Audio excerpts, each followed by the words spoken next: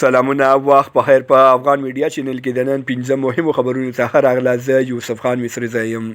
د افغانستان لپاره د چین ځانګړي استازي د بیجینګ د نړیوالو خبرو اترو له مرکز سره په یو مرکه کې اندېښنه ښکاره کړه چې په افغانستان کې تر شلو ډېرې ترهګرې ډلې موجودې دي چې چین او د سیمې د نورو هیوادونو امنیت ګواښي.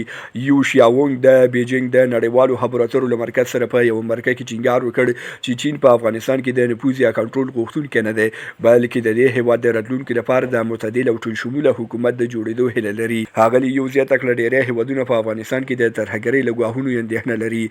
د همدارز ویل کله چې متحده ایالاتونو او ناټو په لومړي ځل په افغانستان کې مداخله وکړه، هلته یوازې یوه یا دوه ترهګرې ډلې موجودې وي.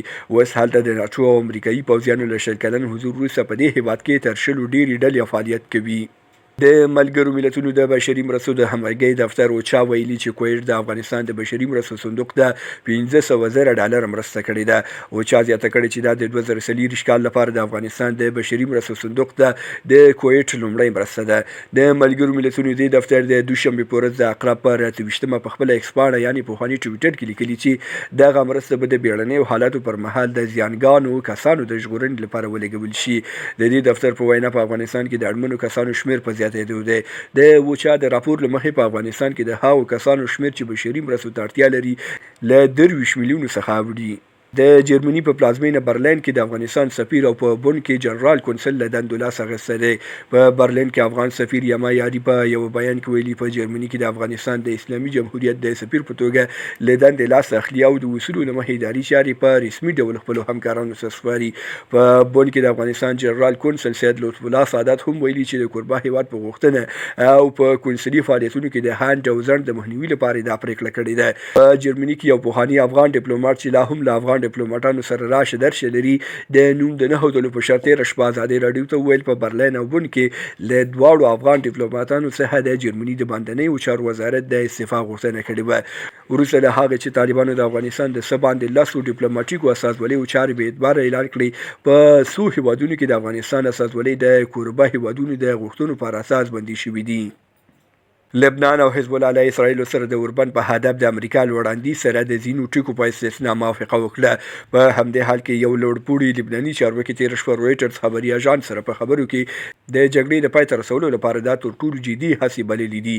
د لبنان د پارلمان د مشر نبي بري سلاکار علي حسن خلیل ویل لبنان په بیروت کې د امریکا سفیر ته د امریکا د وړاندیز په اړه خپل لیکلي ځواب وړاندې کړی او د سپینې ماڼۍ استازي حماس خوښشتاین هم د خبرو د دوام لپاره بیروت تللی دی.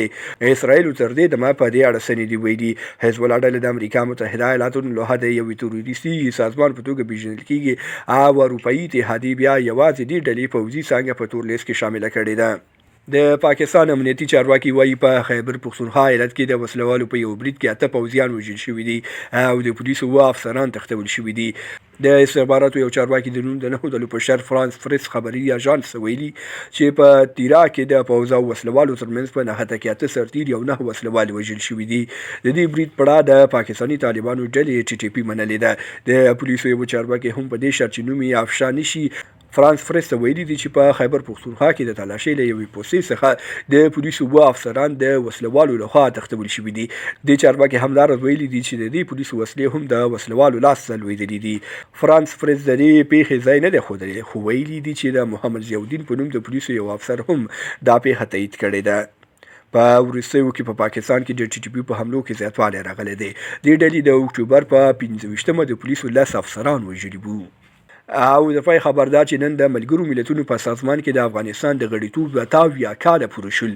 افغانستان د دوهمې نړیوالې جګړې له پای ته رسېدو او د ملګرو ملتونو د سازمان له جوړېدو وروسته د 1946 کال د نومبر په 19مه د دې سازمان غړی شو. د افغانستان لپاره د ملګرو ملتونو مرستندوی ماموریت یو نامه نن پر خپله ایکس پاڼه هغه تور او سپین عکس خپور کړی چې د افغانستان د هغه مهال استازي عبدالحسین عزیز د ملګرو ملتونو په مقر کې په داسې حال کې ښایي چې د دې سازمان له چارتر سره د افغانستان د یوځای کېدو سند لاسلیک کوي.